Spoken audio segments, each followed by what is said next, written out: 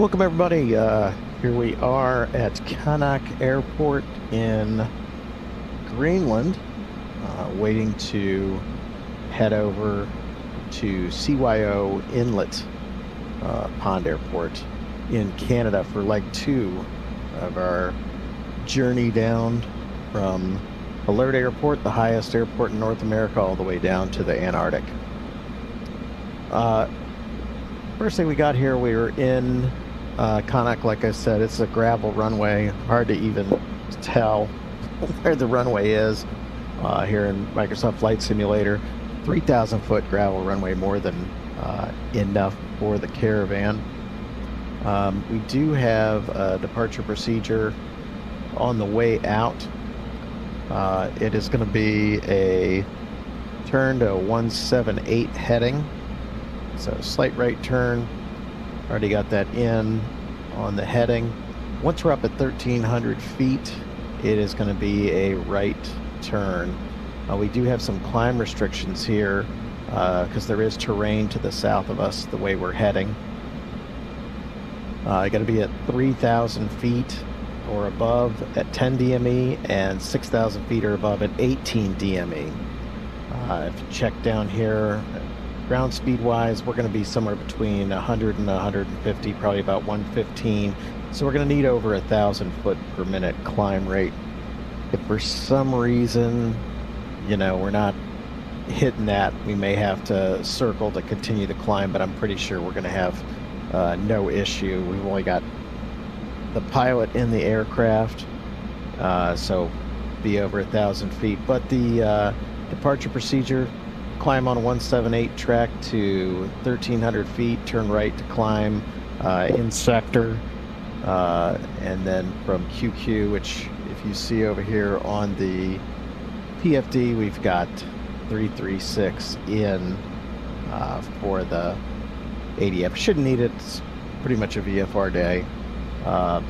And across 10 DME, like we said, above 3,000, 18 DME above 6,000. So we're on with say intentions, and there is a radio frequency here at Qaanaaq Airport where we should be able to pick up our clearance. Then once we're up in the air, they're probably going to switch us over to center, which is going to be Edmonton, Canada. So we'll go ahead and pick that up now and get this flight underway.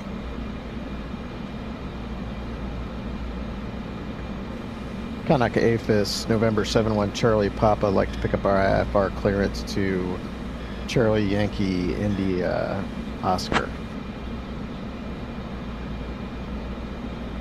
Stand by, you're number 1. Alright, so we got them coming back. We'll see what we end up with. Caravan 71 Charlie Papa, Qaanaaq Airport info, cleared to CYIO. Radar vectors Wednesday, then as filed. Climb flight level 080, departure on 133.905 squawk 6251, released for departure. Clearance void if not off by 1504 Zulu, time now 14490.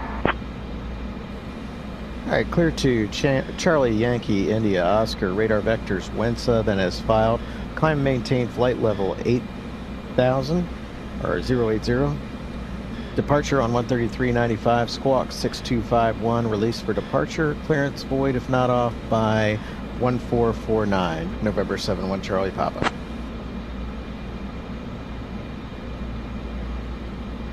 And I read that back wrong. It was clearance void if not off by 1504. We'll see if it catches that.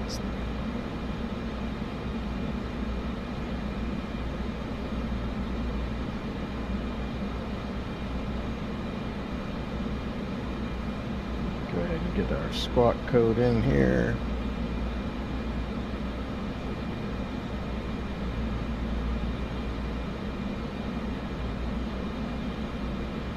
Apparently they're not going to catch anything.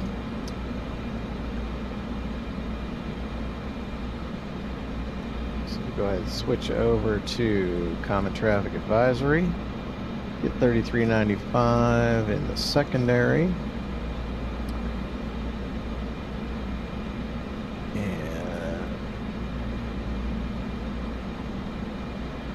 let's go ahead and get underway.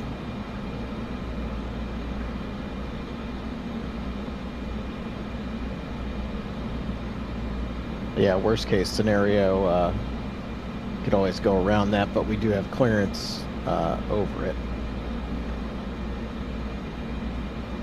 All right, and I already had everything, since we're on the runway, complete. Let's get the park and brake off. And away we go.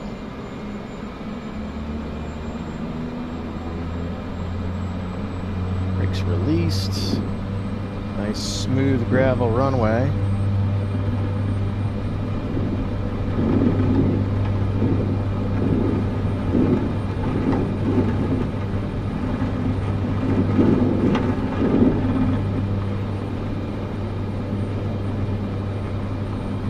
Let's head to that 178.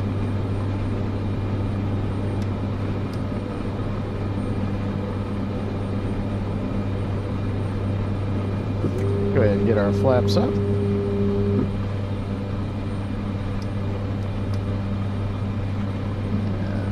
We will pitch for about 115.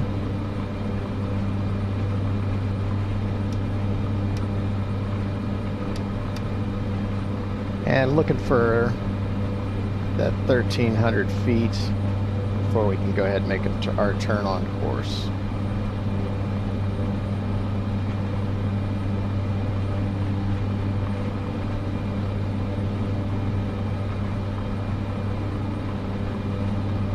There's our 1,300.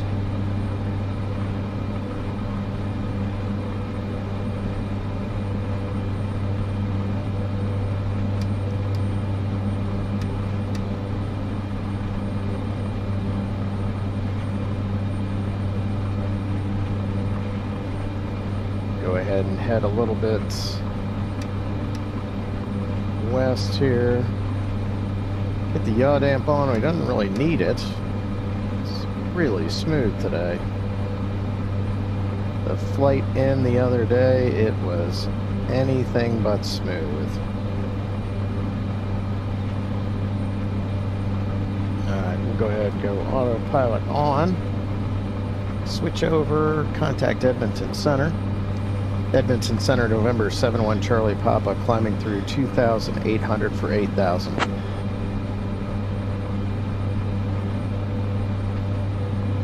Caravan 71, Charlie Papa, departure, radar contact, climb flight level 080, turn left heading 230, vectors to Wednesday, then on course.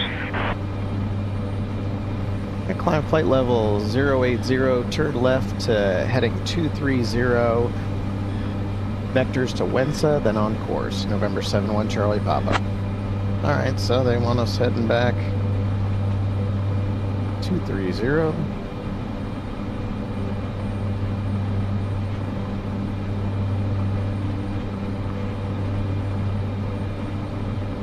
Might be a lower, the terrain looks about the same either way.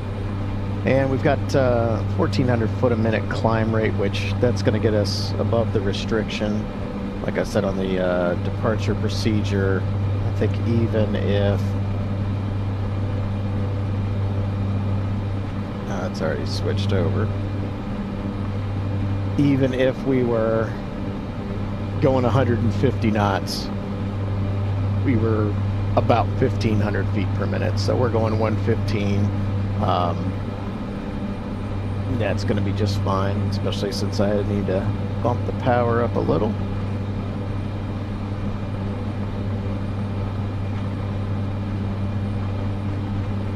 Alright, let's go ahead and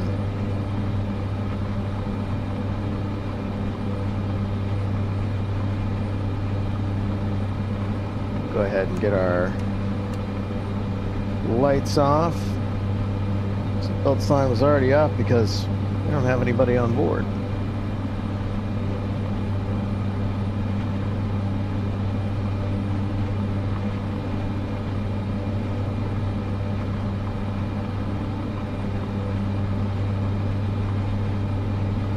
to see the Say Intentions banner is working this time. The other day I didn't, it was not working. I had put in some wrong information.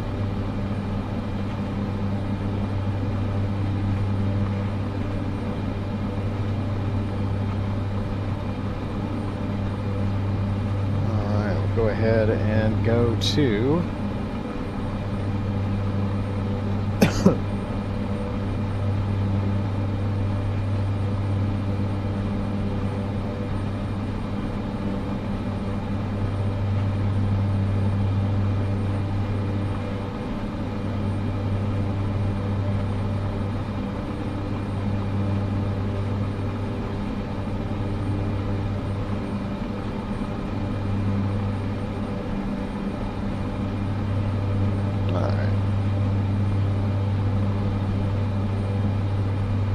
standard barometer, we're at flight level 080. Leveling off. And we easily met that terrain restriction. That outer ring was just on the edge of the terrain up ahead and easily ahead of that. Alright, so one of the things I did last time that was kind of important was checking the fuel, because I think it was burning an incorrect amount, because a lot of the times we ended up several hundred pounds low of what was planned, so I bumped it up a little. For this one I added I think I added 5% more fuel. So right now we're supposed to be at 1702. We did take off with a little bit more fuel. We had 1766.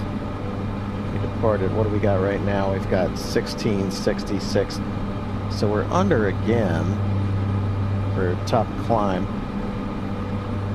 The flight plan, we should have been at 1702. And then we took off with about 5 pounds more. We took off with 1766, and according to the flight plan, I believe, let me look at it again. According to the flight plan, we were supposed to take off with 1761 and be at 1702. Instead, what we ended up with was 1666, so we're already almost 50 pounds below are what we're supposed to have. So I have us at max continuous and 1750 on the prop for cruise. So let's go ahead and get that set up. I'm gonna tell you, I didn't put in a altitude for this flight. I let it decide for me, and I would definitely not in reality be flying over this much water with this little altitude.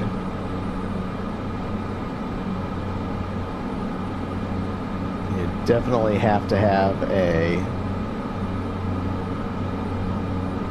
raft on board, because we are going to be out of glide. This is probably, for this entire journey that I'm doing, this is probably going to be the longest overwater portion of any part of the journey.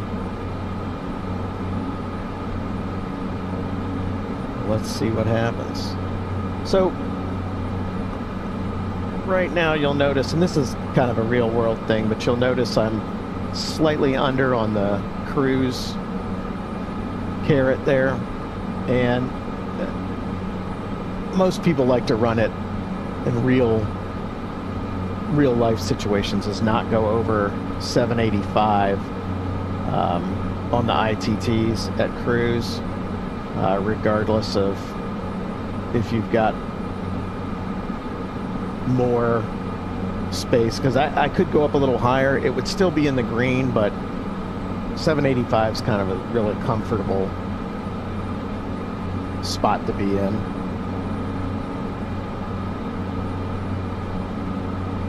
Not putting as much strain on the engine.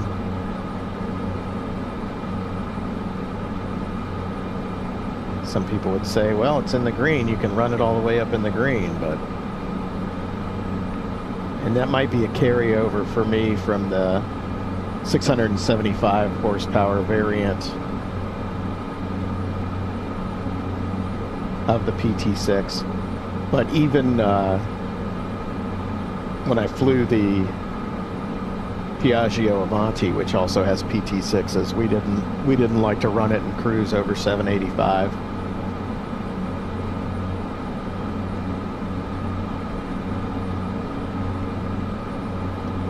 Well, there's the bumpiness.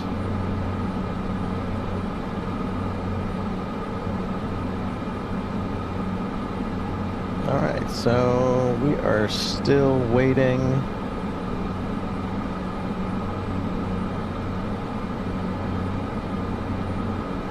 To get our turn towards Wensa.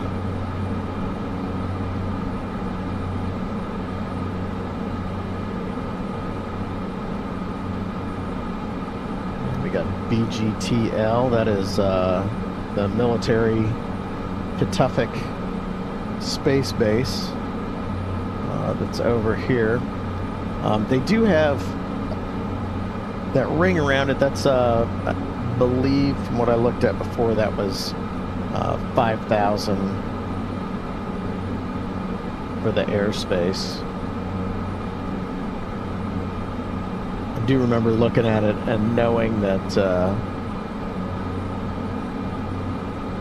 with the flight plan, even down at 8,000, we were going to be over top of it.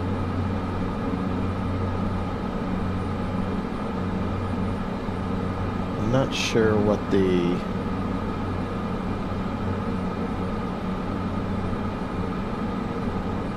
airspace there is.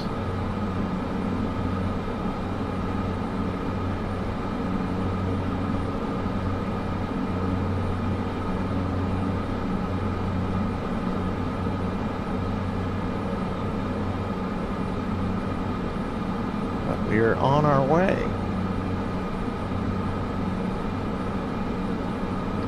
So let's check the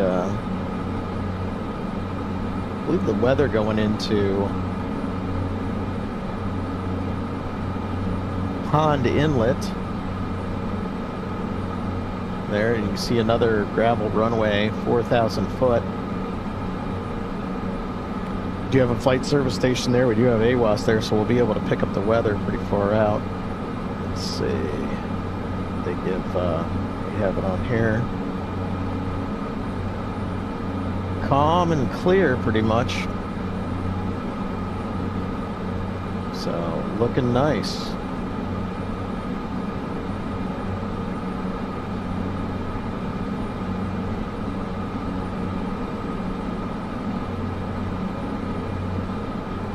Yeah, I don't think we have any. So I could put on the traffic, but I don't think there's anybody out here.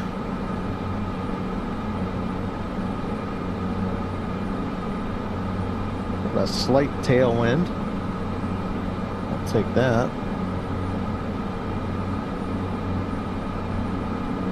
Do we not have Wensa?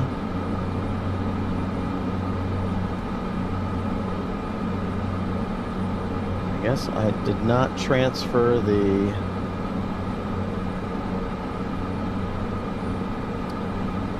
use the sim brief transfer through the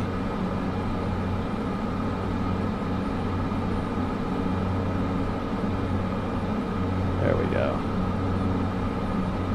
Get Wensa in there. Oh, so we're pretty much heading straight towards Wensa. The flight brief transfer through the EFB, and sometimes it doesn't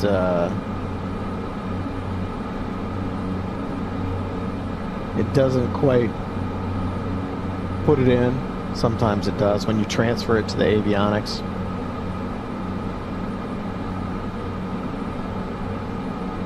this time it did. This is going to drive me crazy sitting with the prop just... There we go. Ah. Will not stay at 1750. Ah. There we go. Now it's 1751. What can you do?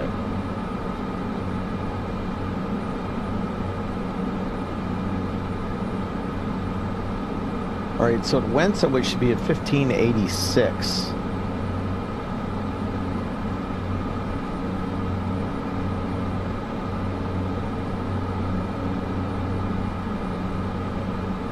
Let's see if I remember how to do this.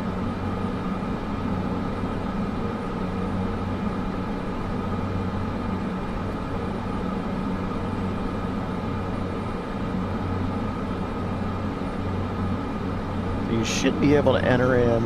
I'm putting in, there's one other fix they put along the route 7574 north, and it worked.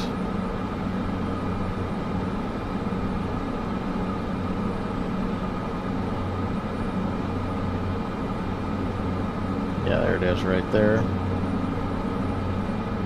All right, and that was pretty much the flight plan, was just a 7574 north after Wensa, and then from there, top of descent, and then down into Pond Inlet.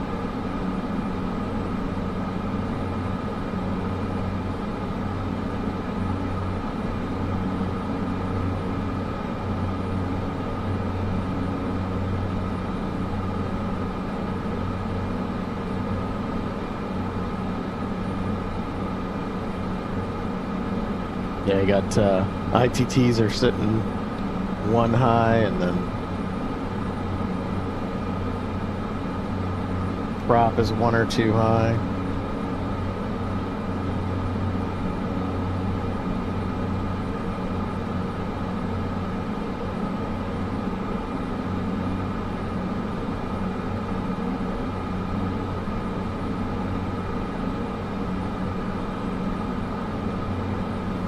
Edmonton Center for November 7-1 Charlie Papa. Can we go direct to Wensa at this time?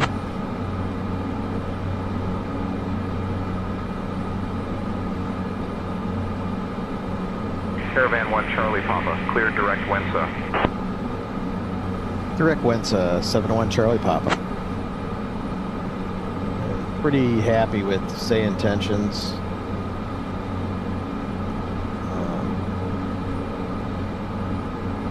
Used them a little bit. I've used Beyond ATC as well, but I kind of feel like in some ways, and even at the VATSIM Expo, the head of Say Intentions said that, you know, he thought Beyond ATC was a amazing product, and it is, but Say Intentions kind of feels like it kind of has everything. It may not be as good in some ways, but for me, it's all the additional things that it has adds up to a really nice experience, and it's definitely improved. When I originally signed up for it, I wasn't crazy about it, but it's doing better and better at feeling like a real ATC. Sometimes I don't even think about the fact that I'm talking to an AI chat.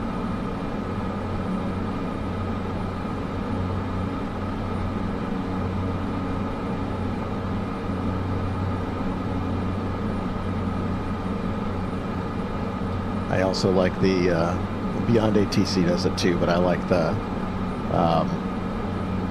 regional accents.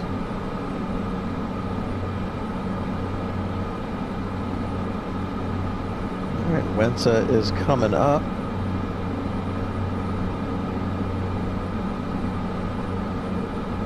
I'm pretty sure I'm just out here by myself.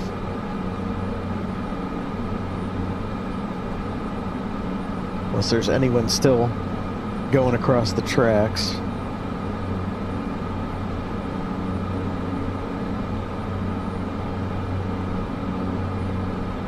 But yeah, I like the fact that I don't need to run a separate program for traffic, that it handles that as well. So it's kind of nice. They do have integration in Microsoft Flight Simulator. Let's see.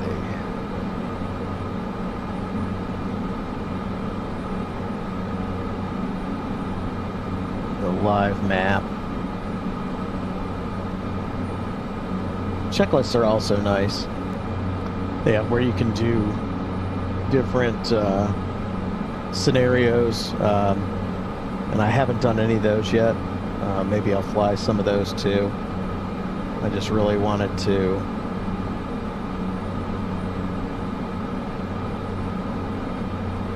definitely do my flight from one pole to the other. So that's been that first task that I'm going to do. But their taxi information, I mean, it's just it's just a really good product. I have enjoyed it. Being able to check what gates you're getting, things like that. These are things that in the actual airplane, not flying a Caravan, but if you were flying commercial, that I'm used to having, that they have. Might not mean as much to somebody that hasn't flown commercially, but it's definitely nice.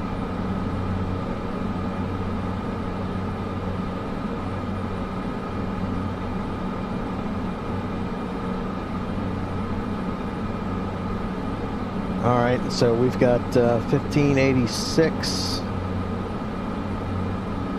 supposed to be on board at Wensa, and we're almost there, and we're at 1520.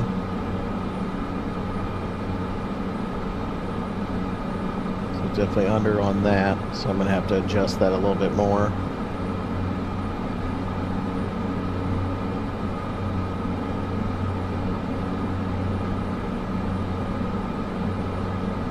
Yeah, so just under 1520, so we got 1516.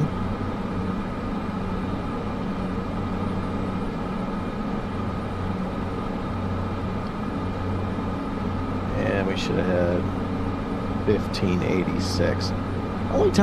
The only thing I do wish is I wish that I could scratch pad on my OFB with say intentions. That's something maybe I should put in a request on.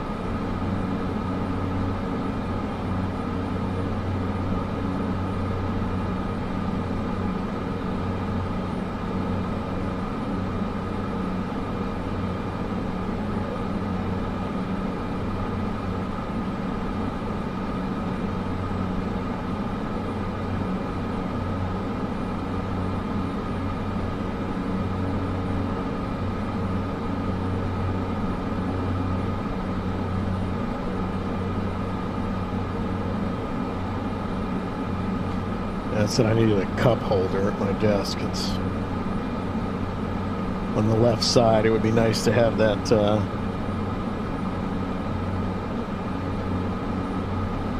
but I don't.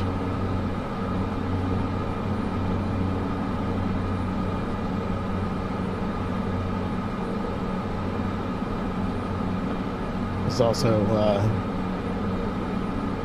interesting when you're up here. Not sure if you can see it on the stream, but we've got all the lines in the water. Since you're up this high up, they have limited satellite data.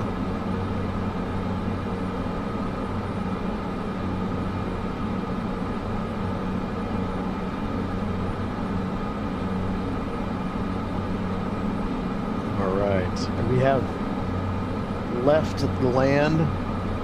We're going to head into a situation that we're going to be serious ETOPS here, engine turning or people swimming.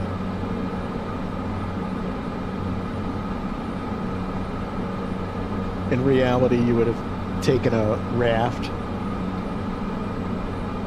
just to make sure.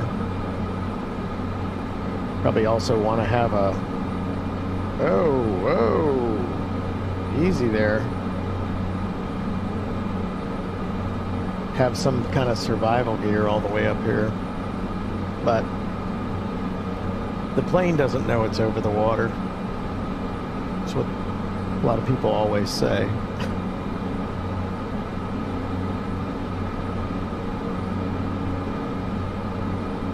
Man, oh man. It is just...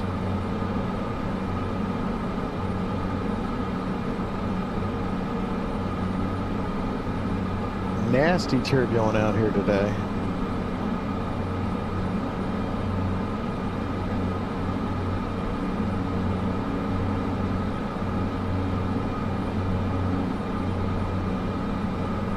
I can't help but think this isn't because we're down at 8,000 feet. Holy cow. This would be a vomit comet. Yeah, let's go ahead and request up a little higher and see if it doesn't get any better. Edmonton Center, 71 Charlie Papa requests flight level 120.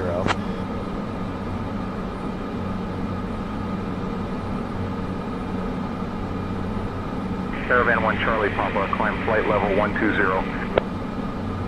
Climb flight level 120, 71 Charlie Papa. Alright.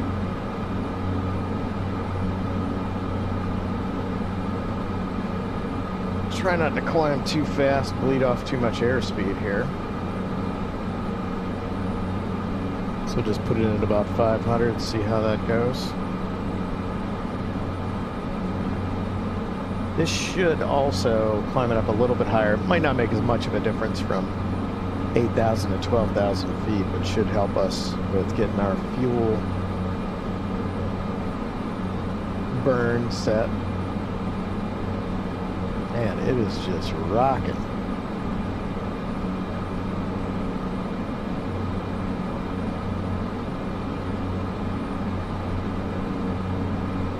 I'm not sure where the cutoff. I'm guessing 10,000 would be the cutoff for the weather reporting from either out here, from either the lower levels up to a higher level. But if not, I mean, we can go up even higher if that's 12,000 is not smooth.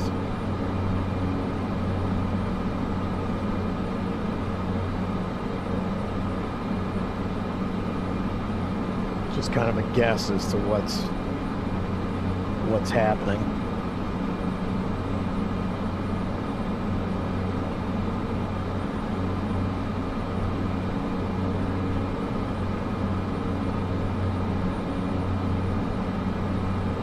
Also climbing at 500, I don't feel like I need to take the props out of cruise. We are at 1750,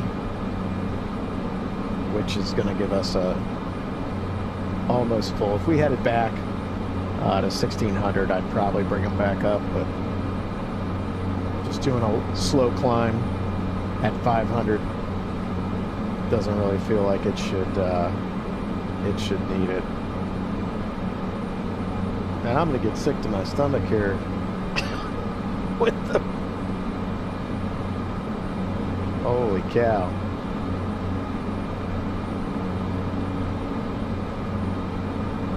So, up in front of me, if you didn't watch one of the previous videos, I do have the Samsung 57-inch 32x9 G9 Odyssey. I've got probably, about that much cutoff on each side, so you're almost seeing my full view. It's a little wider on both sides, but the view on the screen is fairly close. One thing I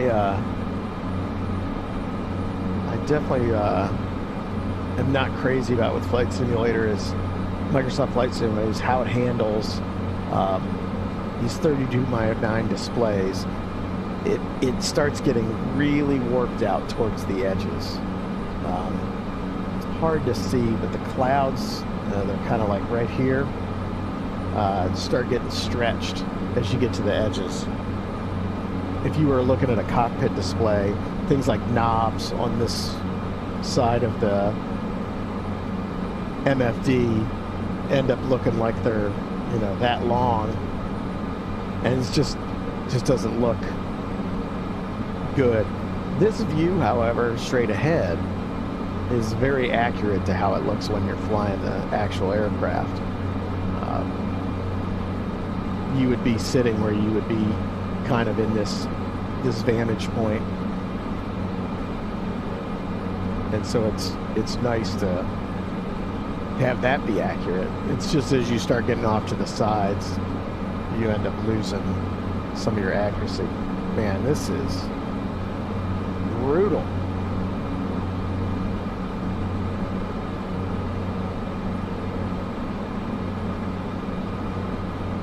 Yeah, I was thinking we'd get above 10. It might have gotten a little bit better, but it doesn't appear so. And, getting in any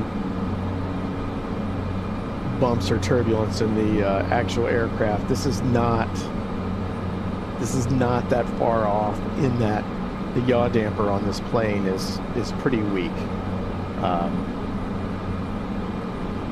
Find myself in really bad turbulence like this flying with passengers, is just kind of setting one foot on the rudder and kind of pushing a little bit on it, not too much to end up where you have it in a cross control situation, but just putting it to kind of stabilize it. Doesn't really work as well in the sim. It's like right now I'm pushing on it.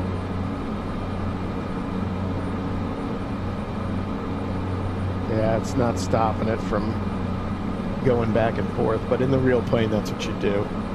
I flew the Caravan at the Grand Canyon, and that's some pretty bad turbulence that you can get there, and it was always a challenge to try and keep it from doing this yawing motion that you're seeing right now.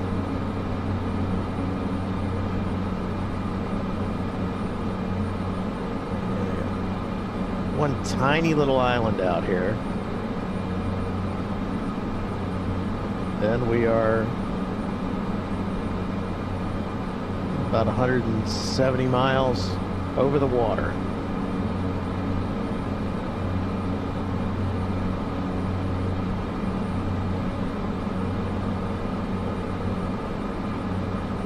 About another 500 feet to go here before we hit 12,000.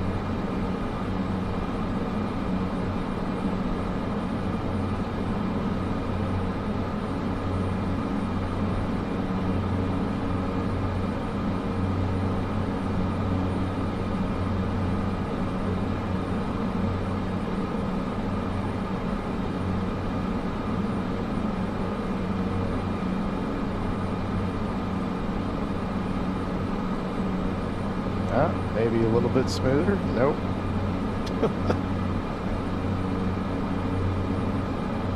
Again, it's minus 23 outside. I don't think I'd be having bugs hitting the windshield, but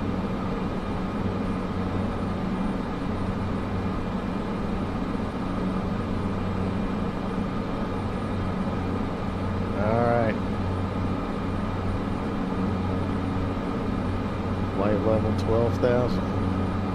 120.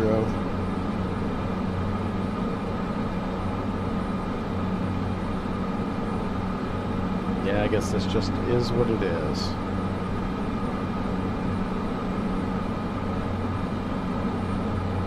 I have to put up with the bumps on the way across.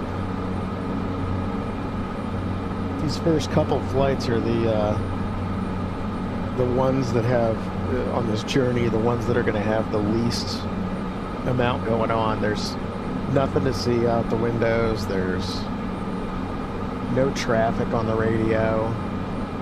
Like, it's just sparse. I'm looking forward to getting them a little bit lower.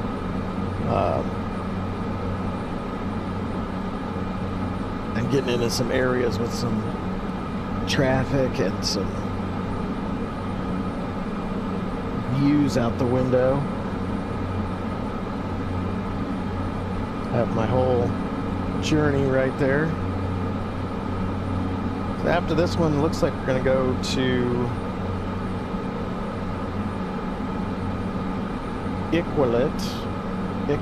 Iqaluit. I'm sure I'm pronouncing that wrong, and that's going to be the first asphalt runway, and 8,600 feet long, so it's the biggest one so far. So we left CYLT. It's a dirt and gravel airport, which it'd be great if somebody would do that airport, because it is so wavy that it's almost impossible to take off with anything but a small aircraft. I wanted to do this with the ATR, however, that runway was just way too rough for that. Also, some of the other airports that I was looking at going to on the journey where it was questionable if the ATR would get damaged going into them. You could definitely handle the short runways, but. And then after that, we're going to Shefferville. And then one more Canadian airport, and then we're in Maine in the US. So I think I had it out. Let's see. We got 1, 2, 3, 4, 5.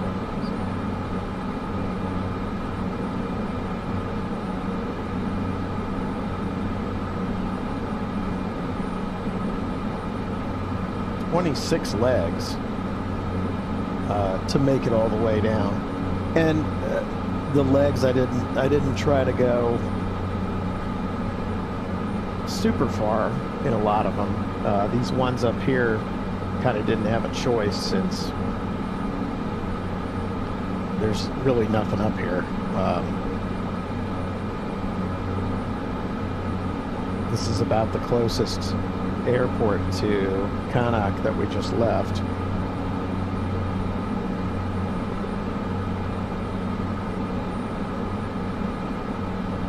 Let's see.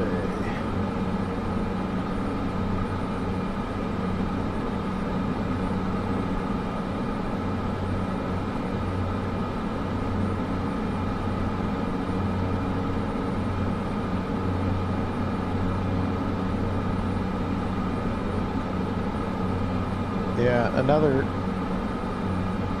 not to say how much I like Say Intentions again, but I love that they offer this stream kit stuff.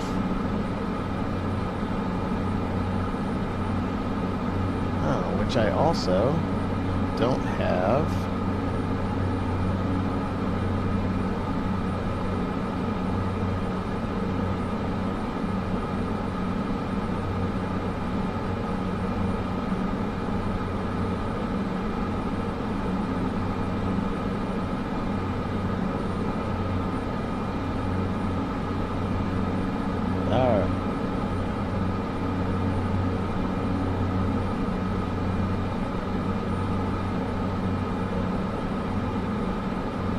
There you go. So now that's got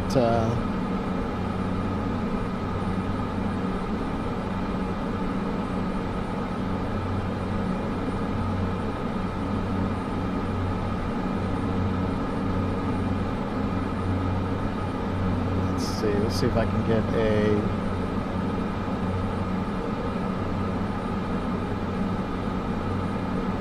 something where you can see all the different things you could ask.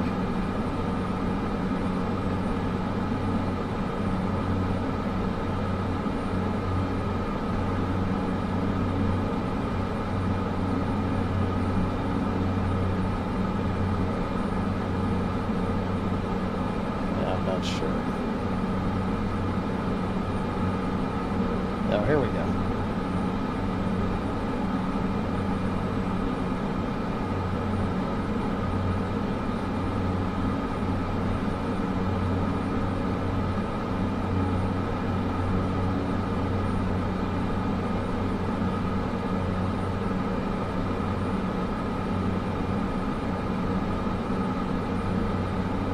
Ask the tour guide to see if it can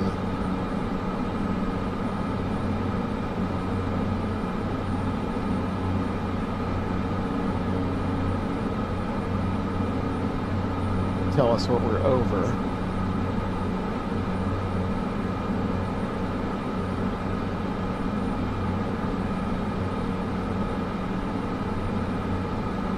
Tour guide is disabled.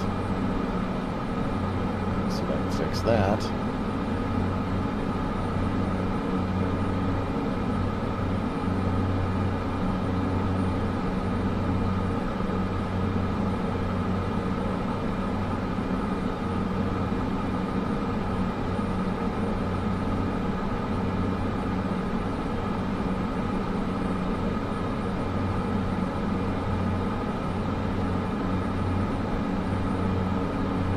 Caravan 1 Charlie Papa, contact Oceanic on 119.565 squawk 2000. Over to Oceanic 119.565 squawk 2000.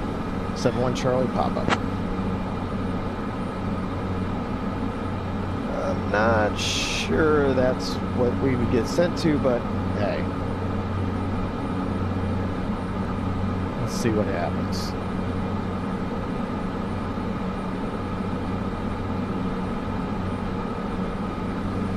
Oceanic, November 71 Charlie Papa, flight level 120.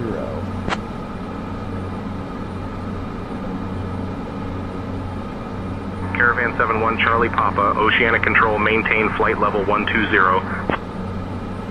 Maintain flight level 120. 71 Charlie Papa.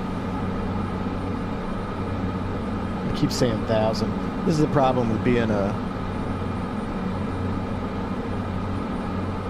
person who flew above these altitudes and never had to worry about anything between 18,000 and wherever the flight levels start in different countries, because we kind of never had to make very many radio calls in them, but hey.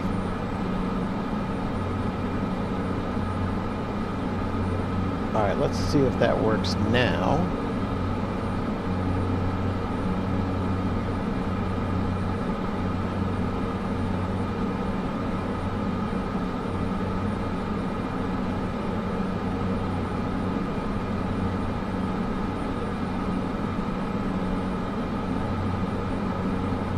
Try the ATIS arrival and see if it comes back with anything.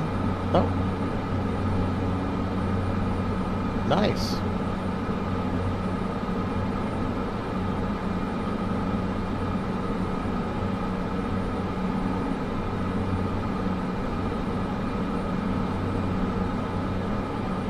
All right. So it does work.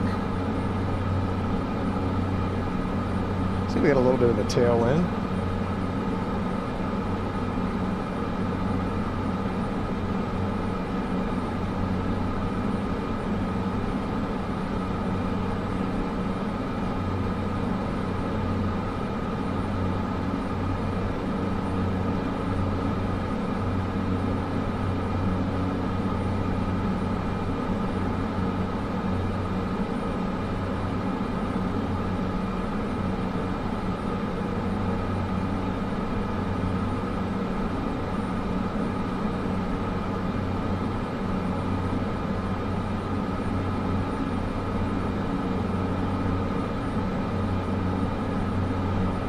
Nope, slacking over here.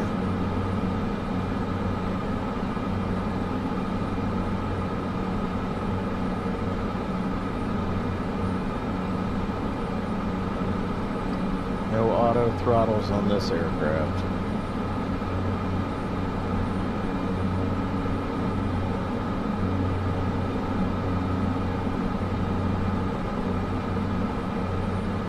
So I recently, like I said before, I flew the Piaggio Avanti, and I bought the Flight FX Piaggio Avanti add-on, and I was going through some of my old checklists and training materials and kind of looked at what was doing some of the systems checks, and I was going to make a video, and I probably still am, of the system checks. However, almost every single one of them does not work as it should, so that's really frustrating. Kind of feel like I want to let Flight FX know. I don't know. Some of them, I think it's going to take them a lot to fix, but checking different like things such as the fire lights and lights on the warning panel just aren't working properly or at all. So it's kind of disappointing to me that I spent the money on it and it's not as it should be. But hopefully it's something they can fix. And I don't know in reality if you're just flying it every once in a while and you don't, you just go in, do an automatic startup, and then take off and go. I don't know that it's gonna make a difference for you.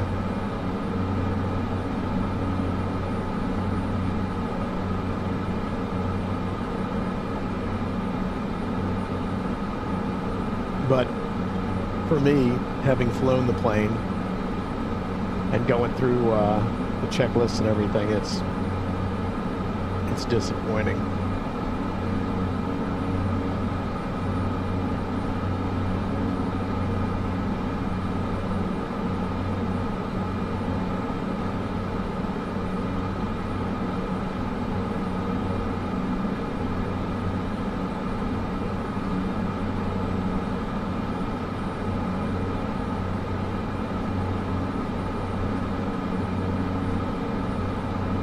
I think I can almost see land over there.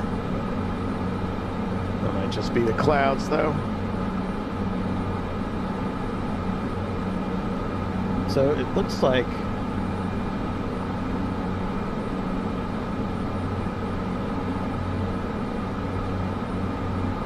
it is like most of these.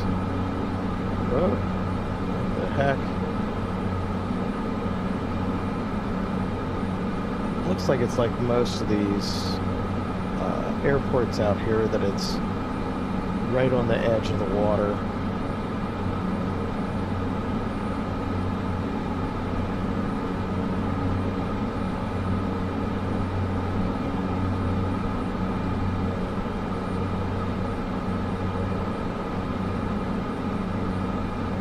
Yeah, and then there's a town. I think there's a town over here when I looked at it the other day.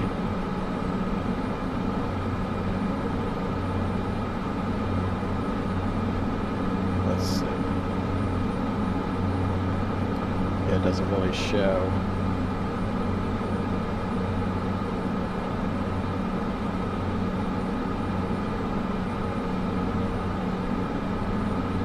AWAS 28.3, let's get closer.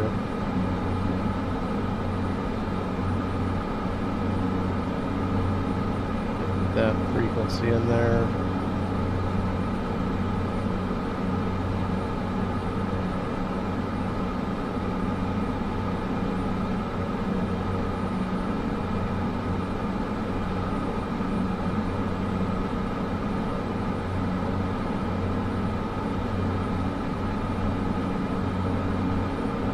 It's weird that I'd be sent to Oceanic.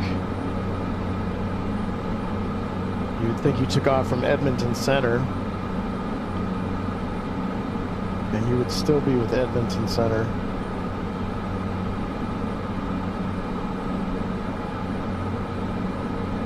See what we have for approaches here. the RNAV to runway 2. Let's see what they give us. 5,500 feet. We should be able to get a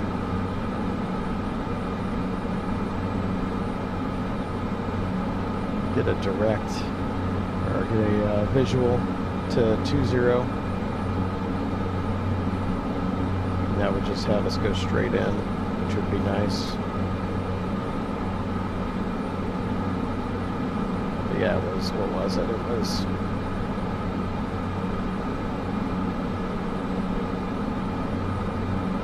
calm and clear. I mean, no reason not to. -17 and -20. Whew. And that is in almost May.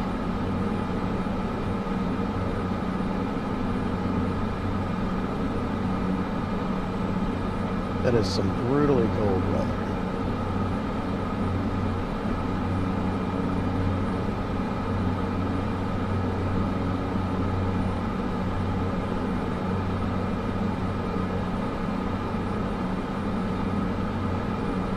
So the one thing that's going to be an issue, and it's on our operational flight plan going into the airport, our most critical area of terrain is going to be descending right here.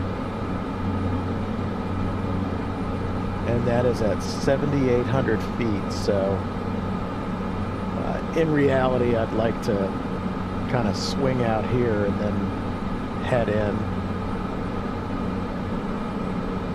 And we may, I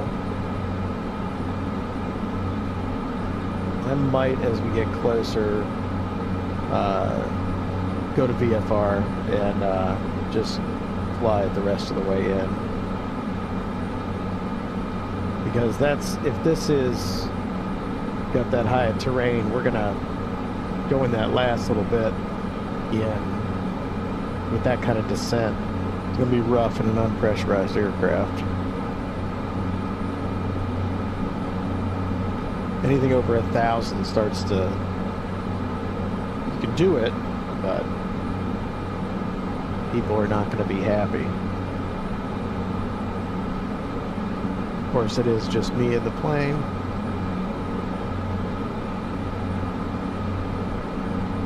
I'll try to be a nice,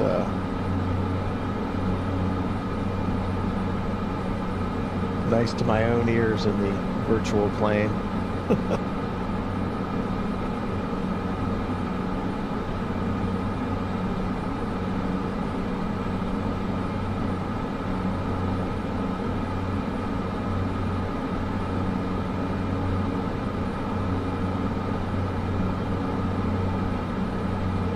Crazy though that they filed me, you know, with that terrain being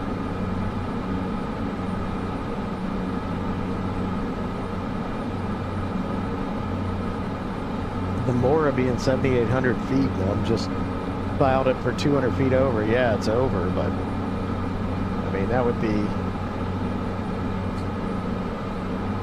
kind of crazy.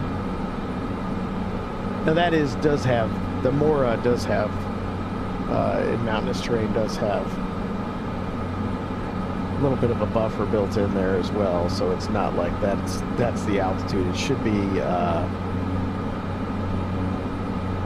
68, something like that. But that could also be not where I'm going over. I think it's just within that area. Let's see what it has for.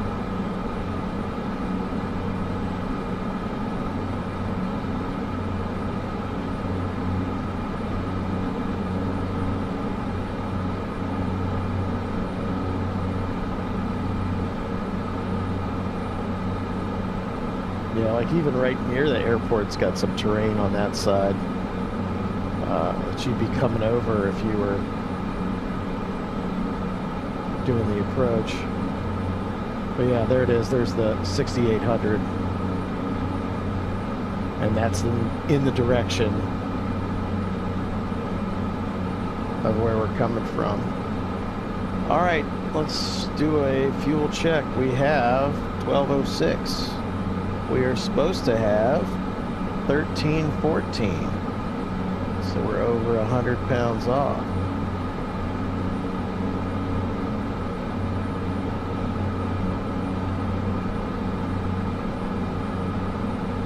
Not as bad as last time, although it's hard to know because we did climb up, so fuel burn has gone down a little bit from what it was, being at a higher altitude.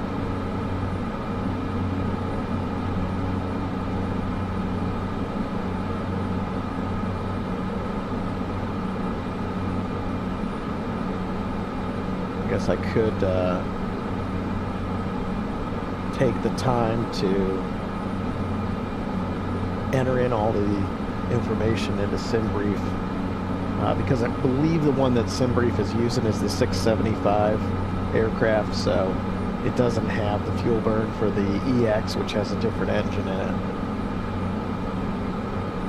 You can enter it in that it's the PT6 140, but you can't change any of that unless you go create a specific profile.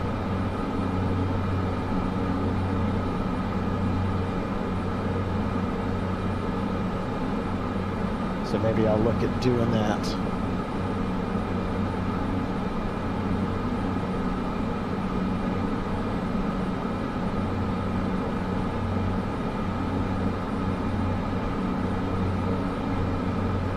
All right, what do we got? We got 147 miles to go.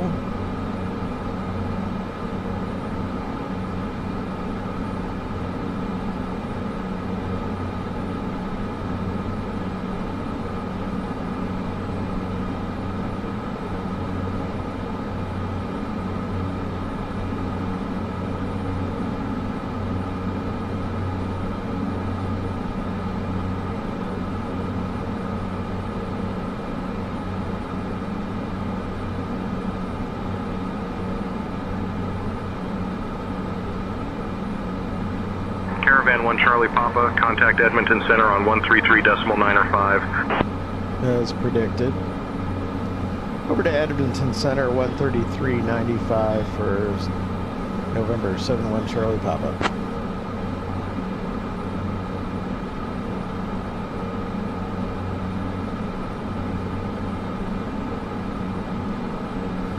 Edmonton Center, November 71 Charlie Papa, flight level 120.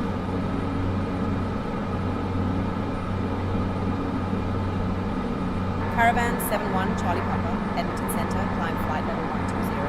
Squawk 5327. Squawk 5327, November 71 Charlie Papa. Alright, so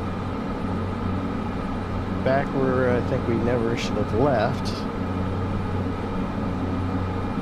Caravan 1 Charlie Papa, radar contact. At 2000 feet, QNH 1016. 1016, 71 Charlie Papa. Now, I really shouldn't need that because I'm in standard.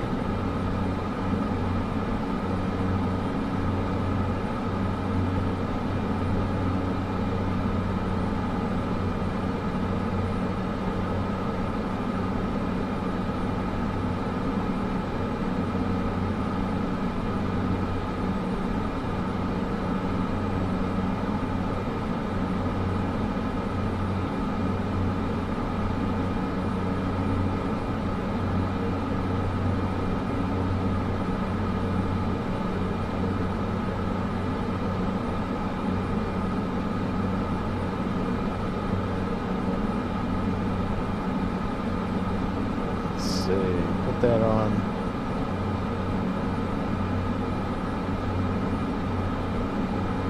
I'm guessing that you probably couldn't get this in real life because of this terrain right here until you're probably about 30 or 40 miles out. Looks like we got the terrain in sight ahead.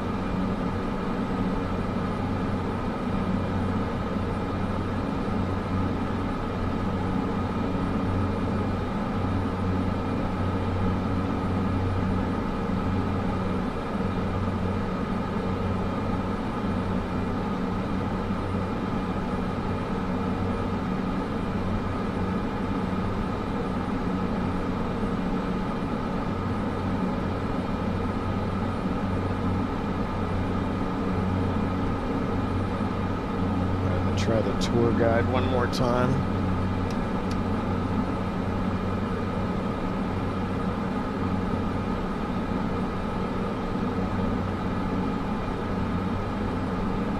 I am not sure what I just did, but we'll see. Something clicked because I wasn't on the right screen.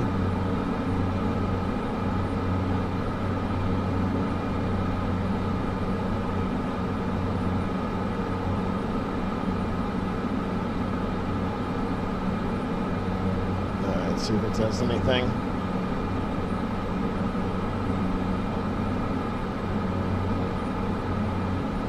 Alright, tour guide is disabled, so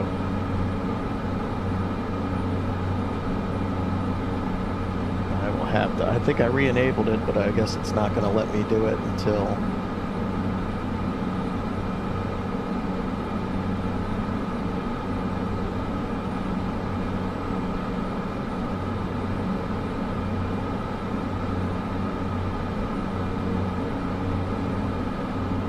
I restart the stream.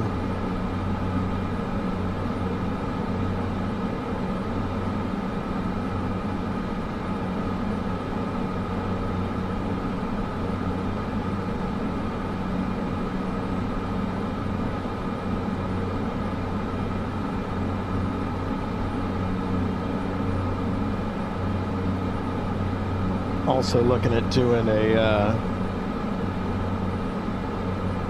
couple things that I used to do when I was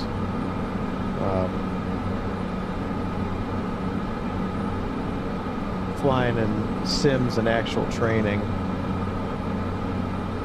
Is we had a challenge we do down in Rio, so I'm probably going to do a video with that in the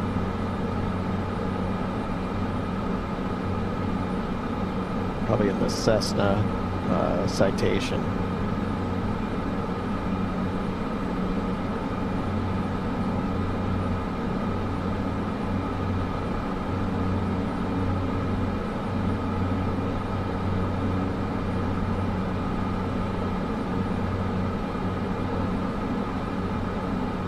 Possible presence of large animals within airport perimeter. That's a nice warning.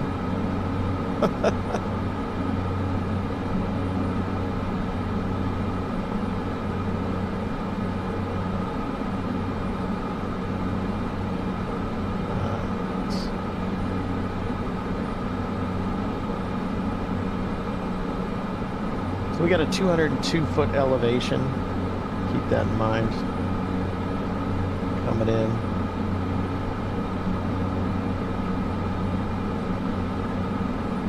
They have an airport radio, but that's also their traffic frequency, so that's usually someone who's monitoring it, but is not there to give you any kind of traffic directions. But they can answer questions or tell you, hey, somebody else is coming in, you're number 2. But they can't tell you, turn this way, do this, things like that. ITT jump way up.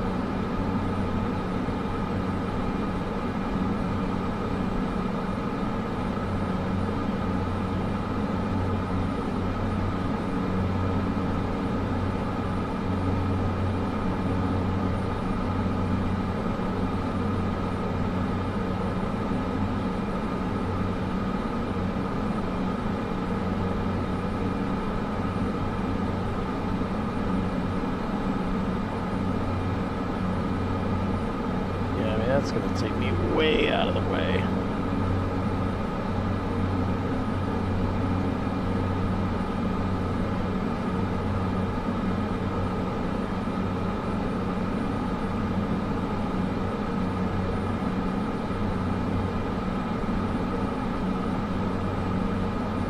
The other benefit to having when you have the have a radio frequency like that at your airport that doesn't have a tower is they can cancel your IFR for you because they know you're on the ground. Not sure if say intentions will pick that up or not.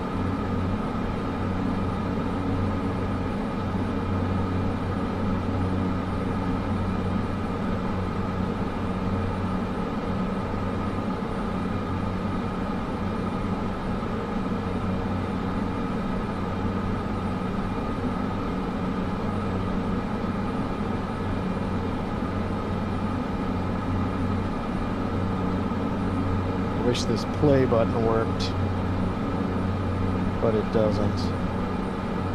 What this does is the actual plane, when you hit it, it'll play back the last transmission. I feel like in the real plane I mainly use this not to hear what transmissions were for me, but to hear what other people were saying.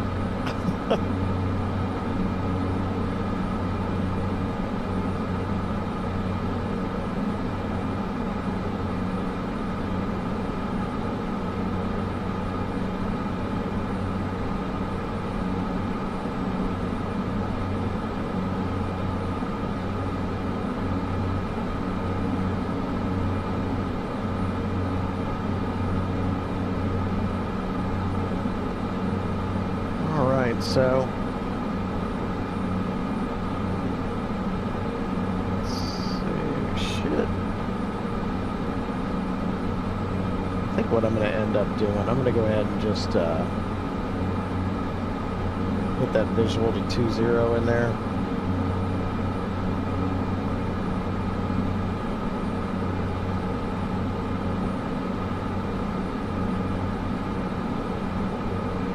Just load it.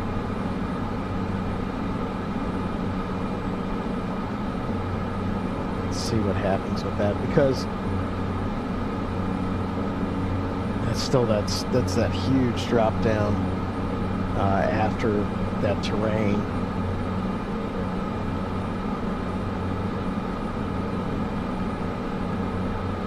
We'll see what they do. I don't know where Edmonton Center is going to route me either. They may put me over the top, they may not.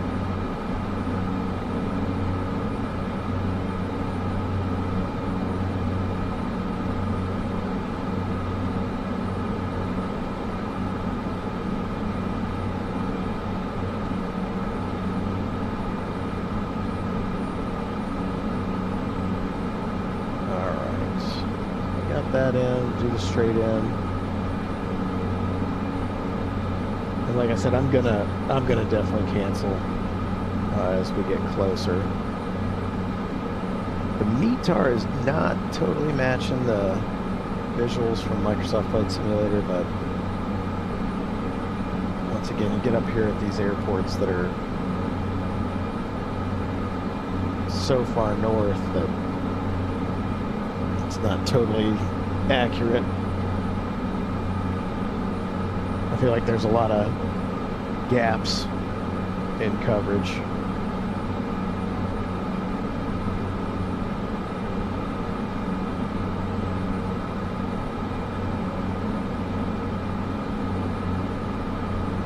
A little bummed that tour guide didn't work.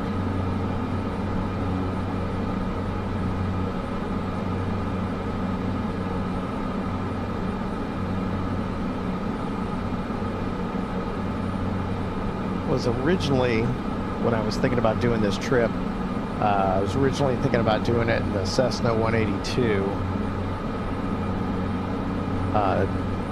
because it's another one of the G1000 aircraft and having the G1000 set up. But I just missed the Caravan, I guess, so having had so much time in it and in the actual plane, it just made it a easier decision. All my time that I did fly in the Caravan was not in a G1000 Caravan, but I did fly for a couple years in a G1000 Caravan.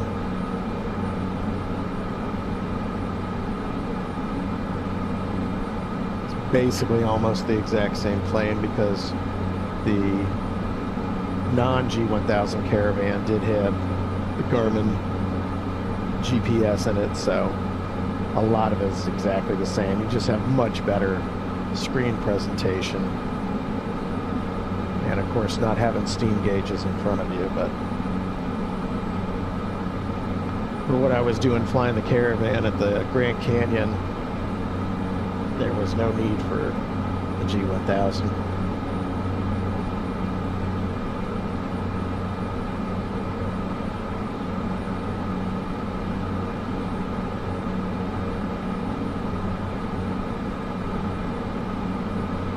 Yeah, the terrain's looking pretty high.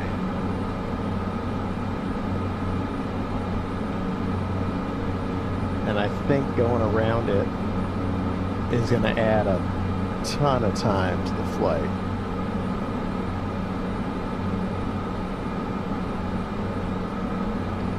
So we'll see.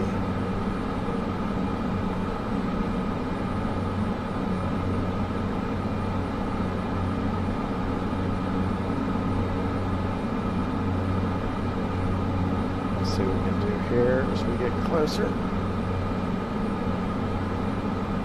Yeah, definitely don't want to fly the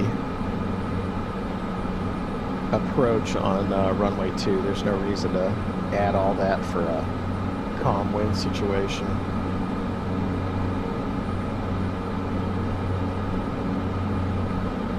For our descent profile, got the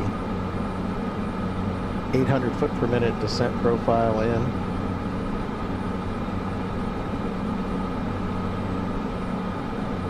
Which is a descent that's, I mean, that's comfortable for people inside the plane. Like I said, you go over 1,000, it starts getting uncomfortable being unpressurized.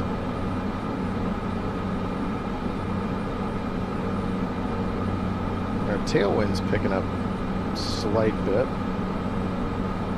Let's see.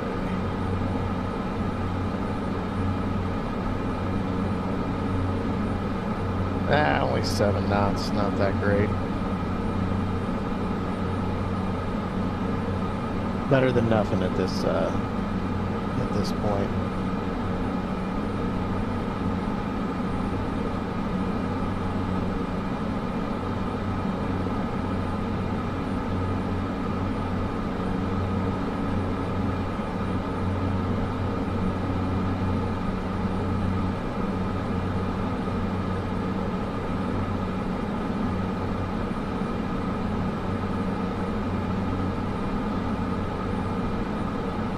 About 50 miles from land.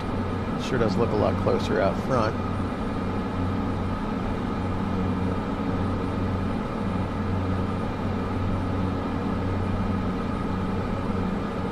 Yeah, it's hard to tell looking, if you look over in this area, it's hard to tell where that cut-in is. I'm guessing it's pretty far back this direction. So I guess there's no option but to go over it is the best choice.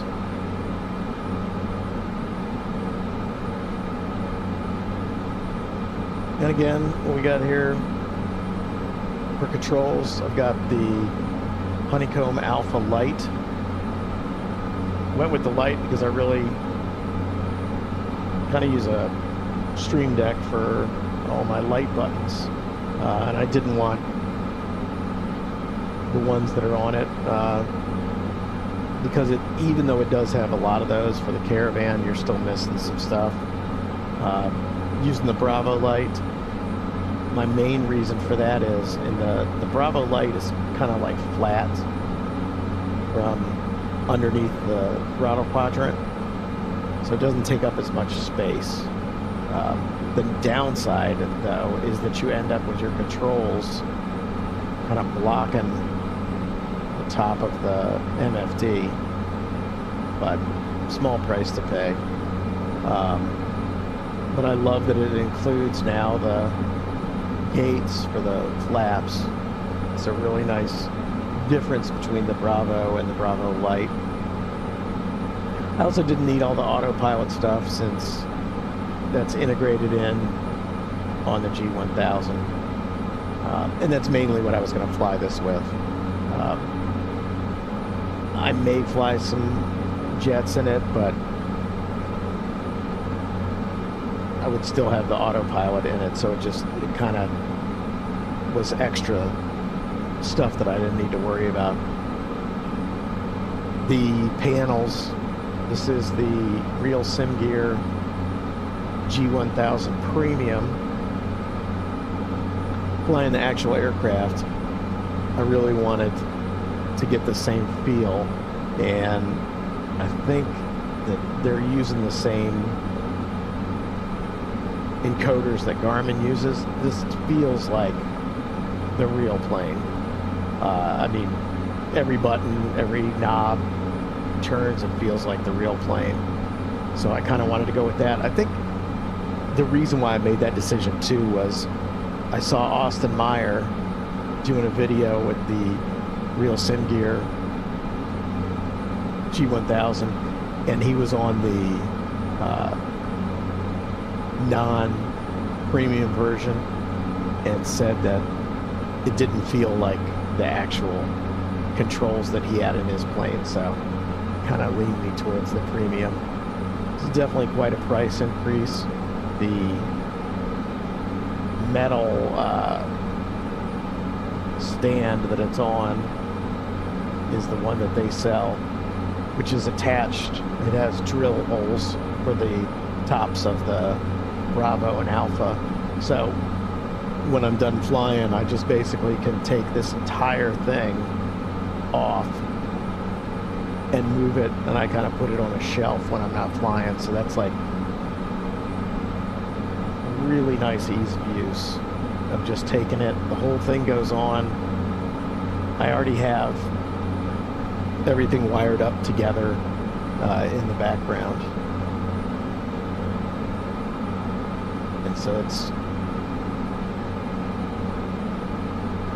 beyond easy to keep these together.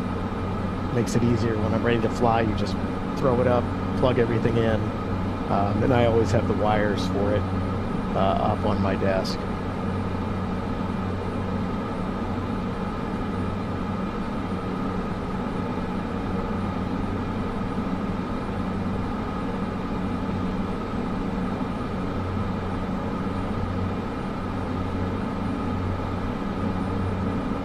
Cup holder, I swear that's my next thing I have to get.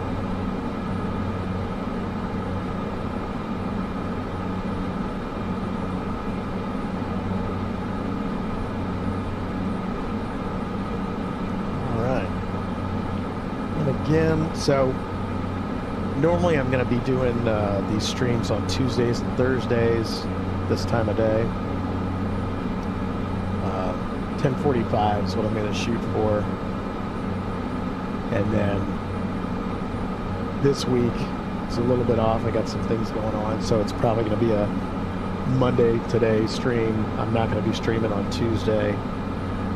I might do 3 days this week. I might do Wednesday. I'm also going to do Thursday or Friday, I believe. But definitely, if you want to keep up with the flight as it's going. Yeah, it looks like this week, Thursday, I'll be streaming from 10:45. Should have the placeholder up soon for that stream on Thursday. And that's going to be heading from Pond Airport, which we're going into now, CYIO, to CYFB Iqaluit Airport, heading further and further south, getting us some warmer weather. Still going to be upper Canada, so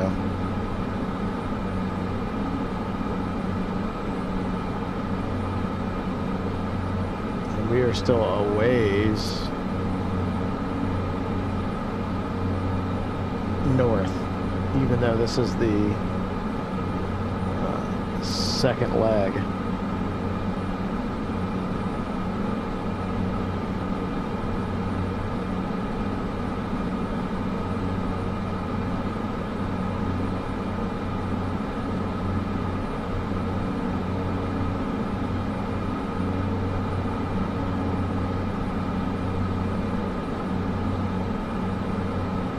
Oh, now I can start to see it. So back off in that section right there where the cut-in is.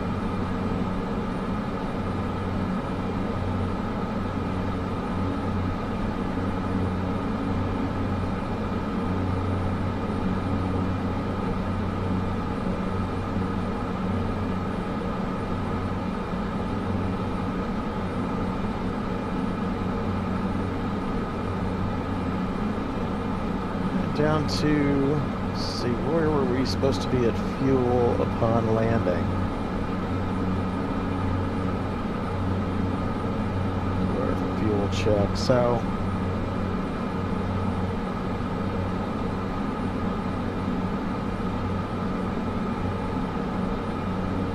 we were able to take an extra 459 pounds, but of course I didn't. We took off with under 1800 and top of descent we should have 979 pounds of fuel.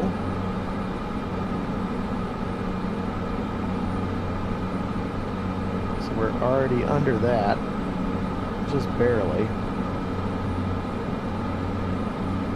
And of course we're not even close to where our top of descent is.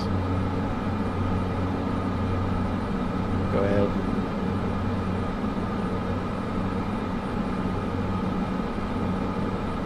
Break some rules here and just go direct to the straight in. Yeah, we gotta be at 1800.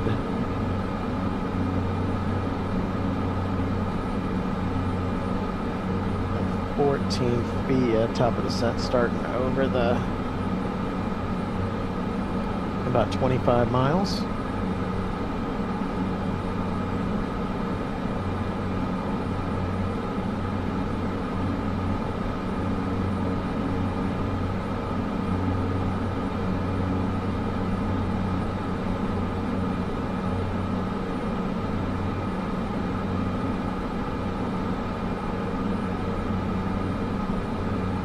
So it's looking at like just over 1,000, so we can change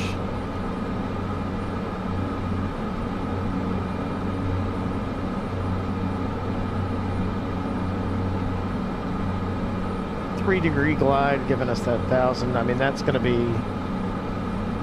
from the final point.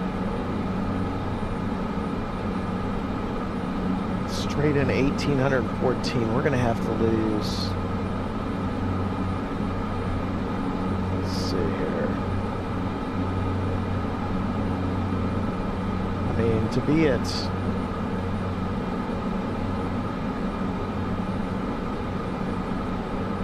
to be at 1,800 right there, that's gonna be tight. There is a. So what we'll do is I'm gonna use this little crevice right here. Hopefully that's well marked, but we'll use that and kind of help us get a little lower. I'll cancel somewhere around here once we're over it.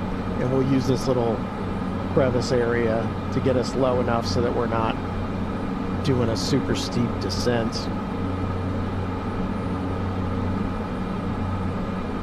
Into the airport. But it should be nice and scenic out the windows as we descend down.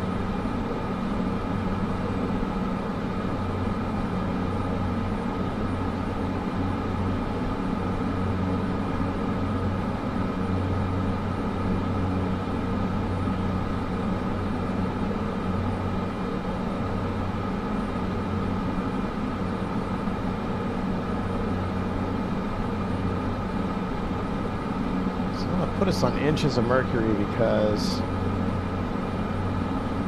that's what it was given for the ATIS.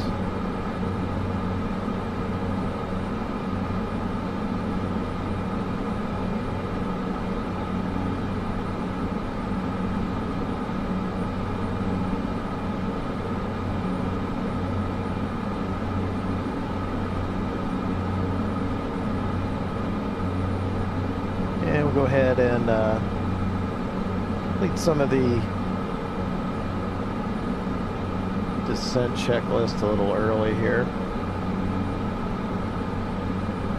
Inertial separator is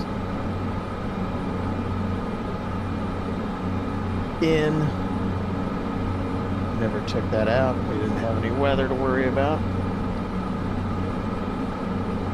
There you go. Inertial separator is in. Ice protection is not required. Bleed air, heat, ventilation, air conditioning is not required. Oxygen we didn't have on. You can't use it anyways because it's always at 0. There's no way to fill it. I wish there was. You could turn it on and off. We were also at 12,000, so we never really used it. No smoking and seatbelt signs. We don't have anyone on board. We're going to go ahead and turn on our landing lights.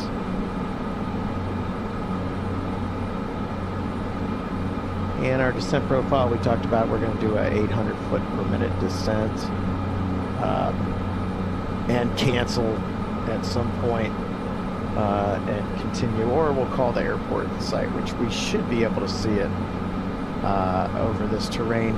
I'm interested to see what Say Intentions is going to do too, because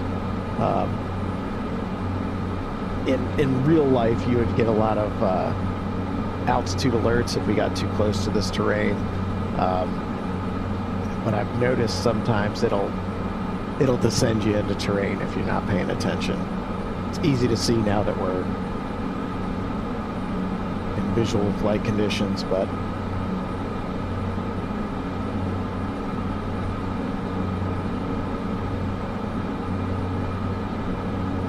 and then once we get that local altimeter setting, we'll go RO ahead. altimeter 3018. 3018. Density altitude minus 3600 feet. Pond Inlet Airport, automated weather observation. 1500 Zulu. Wind calm. Visibility 10. View at 5500. View at 16. 16,000. Scattered at 25,000. Temperature minus 15. Dew point minus 20. Altimeter 3018. Density altitude minus 3600 feet. Alright, so like I said, this does not look like scattered at 25,000, but what can you do? So what we'll do is we'll go ahead and call the airport and say as we get closer, we'll request the visual 20.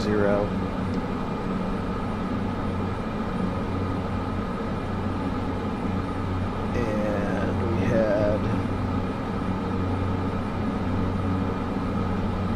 was that 3018? Zulu. Wind calm. Visibility 10. View at 5500. View at 16. 16,000. Scattered at 25,000. Temperature minus 15.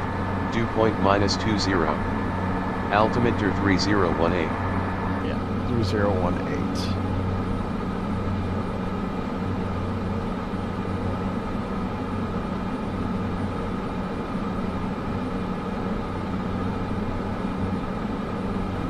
Edmonton Center, November 71 Charlie Papa has the weather at Pond Inlet, and we'll be requesting a visual to 20.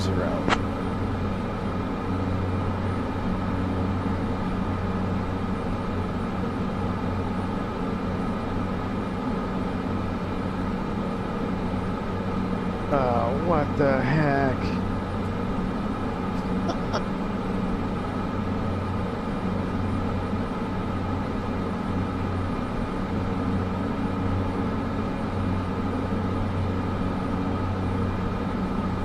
Edmonton Center, November 7, when Charlie Papa has the weather at Pond Inlet, and we'll be requesting a visual to 20.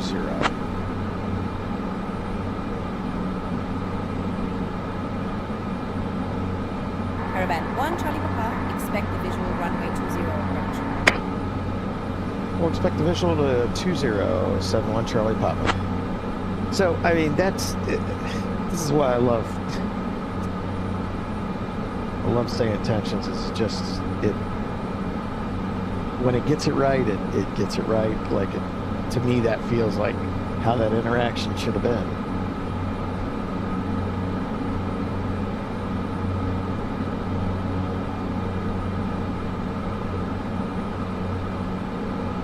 Caravan 1 Charlie Papa, expect the visual runway 20 approach into inlet. I'll have you descending in just a minute. 71 Charlie Papa. Caravan 1 Charlie Papa, expect the visual runway 20 approach. We'll expect the visual to runway 20, 71 Charlie Papa. So 71 Charlie Papa is my tail number in this because that's a, I actually used to own a Cessna 150 too. Caravan 1 Charlie Papa, at your discretion, descend altitude 10,000 feet, altimeter 3016. Down to 10,000 feet and 3016 on the altimeter, 71 Charlie Papa.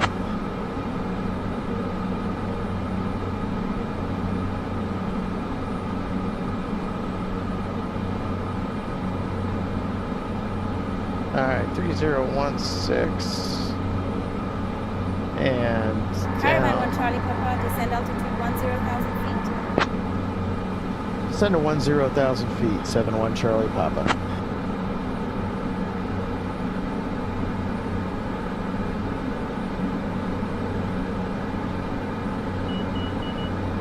Oh.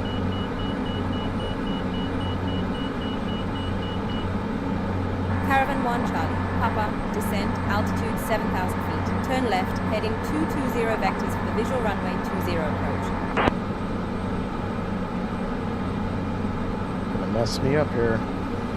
Right left turn to 220 down to 7,000. 71 Charlie Papa, expecting the visual runway 20. Caravan 1 Charlie Papa, descend altitude 5,000 feet. Send to 5,000 feet, 71 Charlie Papa. Alright, this is gonna get a little bit of pucker factor here descending into this, but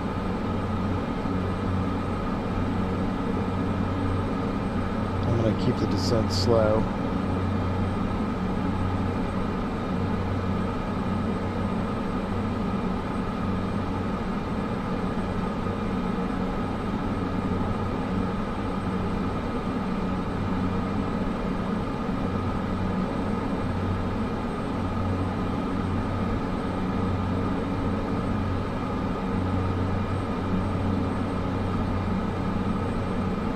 May cheat this 220 heading just a little bit. There's this, I don't know if you can see it right there, that was a nice little cutout. We'll try and aim for that so that we're not in a terrain situation.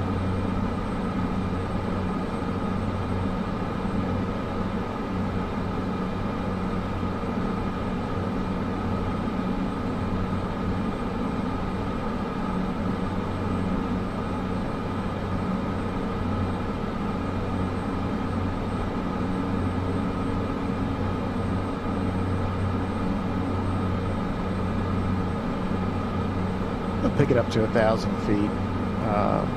Feeling pretty confident now that we're not going to get too low before we come out of it. And this is going to be another one of those, like the airport we took off of. It's going to be another one of these snow-covered airports that don't really stand out too well.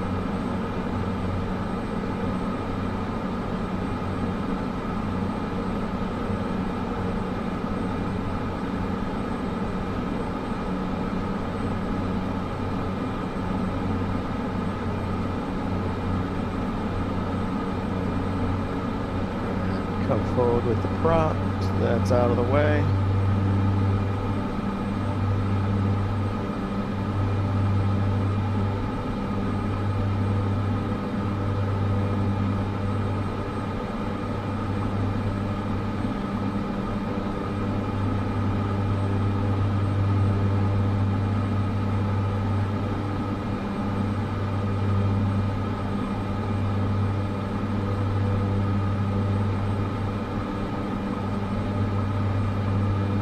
Still don't see it over there. I'm looking.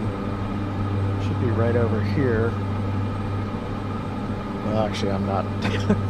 It's almost way over on the right side there, but don't have it in sight yet.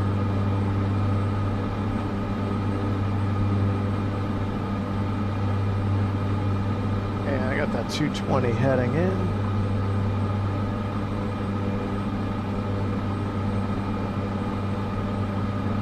Caravan 1 Charlie Papa, turn right heading 245. Right turn 245, November 71 Charlie Papa. All right. Caravan 1 Charlie Papa, descend altitude 4,000 feet, turn right heading 250. Down to 4,000 feet and turn to 250, 71 Charlie Papa.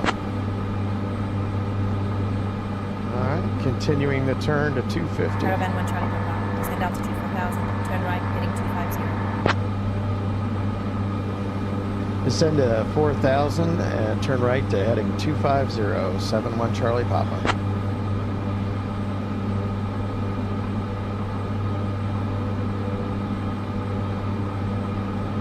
See if it likes that. I don't think it liked it last time. I think it heard me say down and it wasn't too happy about it.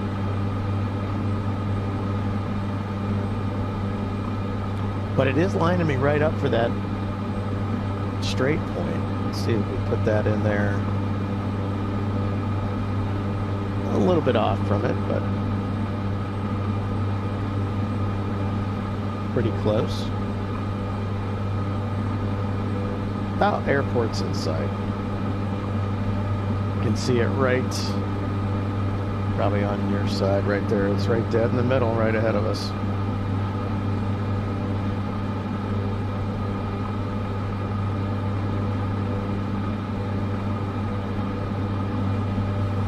The airport in sight for November 71 Charlie Papa.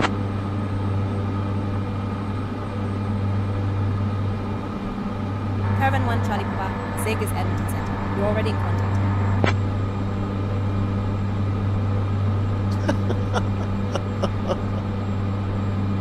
That was a fail. Caravan 1 Charlie Papa, 8 miles from the approach turn. Turn right heading 265. Descend altitude 3,000 feet until established. Cleared for the visual runway 20 approach.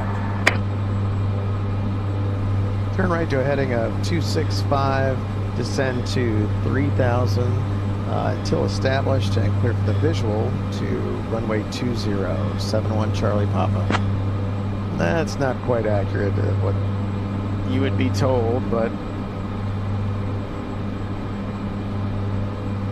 so what I'm gonna do is go direct to that, which is pretty much what we're doing anyways. And then we'll go ahead and arm the approach mode. See if we can catch this glide path. Start slowing it up.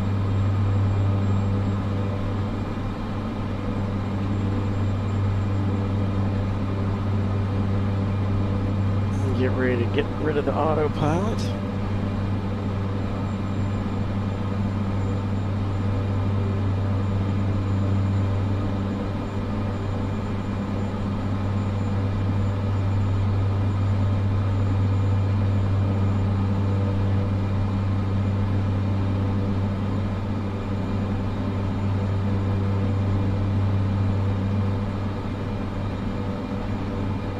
Looking like we're gonna catch that glide path.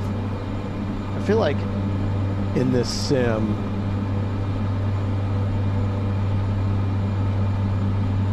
it's the plane slows down easier than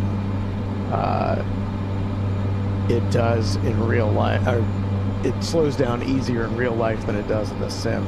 Like at this power setting and at this descent rate, it would still slow down pretty fast. Once you get to a certain point, there's a definite feel where you get where it's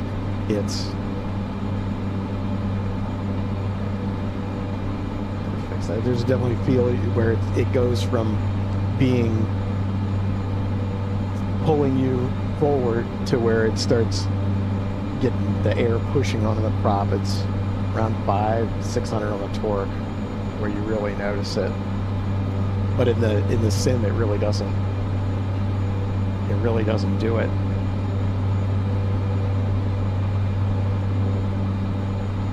Slow that down a little bit more. And then I don't know if you can see off to the left there, there's that white patch. That's the airport we're going to.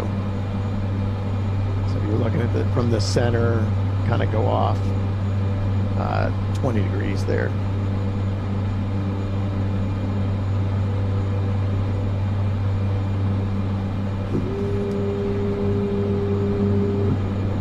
And help ourselves with some drag. Now that is true. That definitely adds a lot of drag at that point.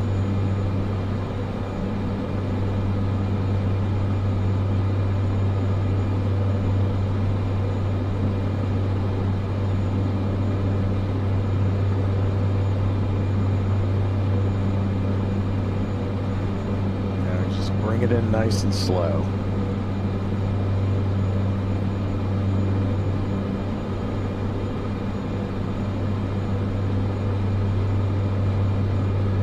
Should get the turn.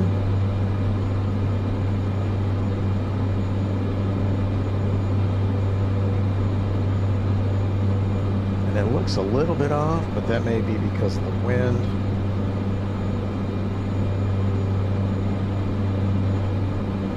Alright, so it's got glide, it's got that. Let's go to the charts here. Let's see. Just on the approach, just for, of course, that's going a different direction. So what we would do, let's put in 3,000 for our mist. We'll climb straight out, make a right turn, clean up the aircraft, and head back around and try it again if something goes wrong.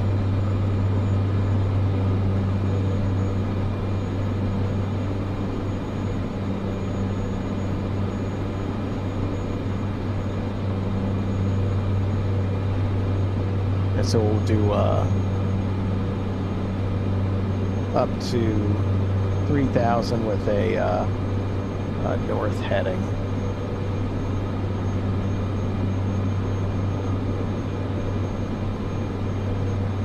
And that is accurate to the plane. If you have it all the way forward, you kind of got to come back off of it a little on the prop, or you'll overspeed it.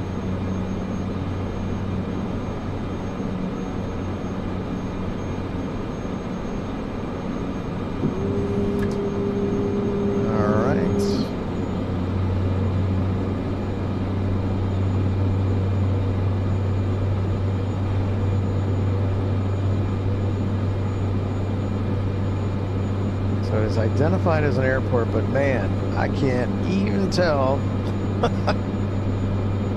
where the actual boundaries of the runway are.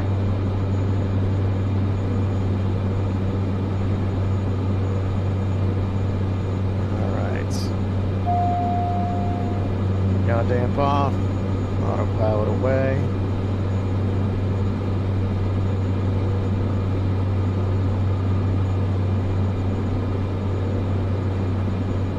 Like I'm just hanging up here.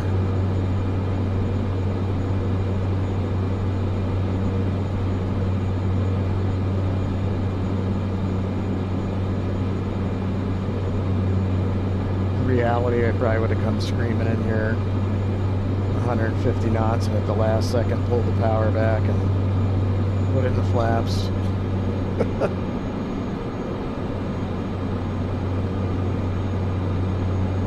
But instead, we'll follow rules.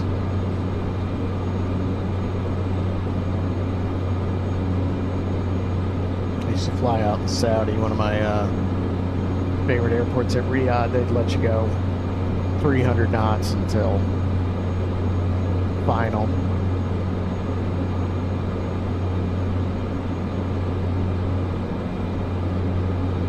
Alright, so I guess I'm just gonna land in this white patch somewhere down here.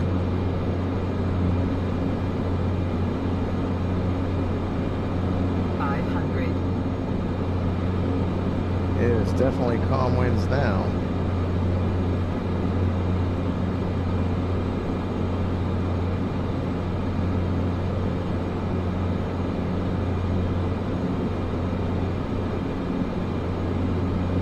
It's not even identified on the G1000.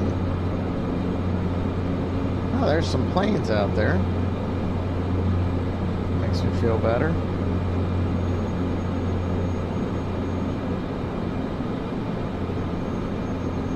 King Air and a Cessna of some sort.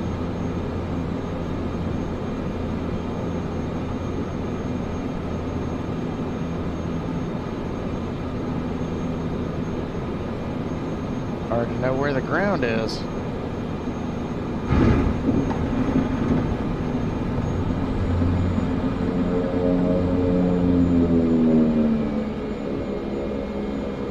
All right.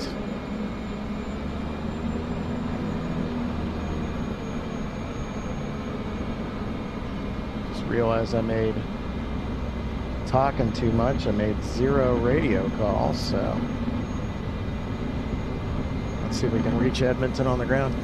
Edmonton Center, 7-1 Charlie Papa on the ground at Charlie Yankee India Oscar. I'd like to cancel my IFR. Clearance on request. You're number 1. No, I don't want clearance. Caravan 1 Charlie Papa. Your latest flight plan on file with SimBrief has you flying out of a different airport. You'll need to file a new flight plan that has you departing from this airport. I am trying to cancel my flight plan because I am on the ground. I'll have your clearance in just a second. That's a fail, Caravan dude. 1 Charlie Papa. Your latest flight plan on file with SimBrief has you flying out of a different airport. You'll need to file a new flight plan that has you departing from this airport. Approaching runway 20. Approaching runway 20.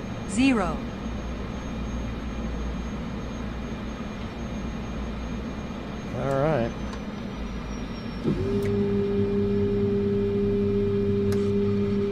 Should have cleaned that up on the runway, but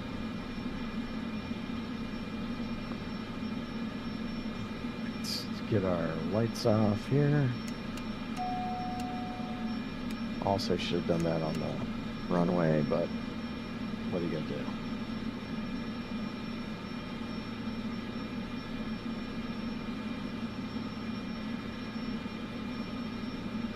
And go ahead and shut down.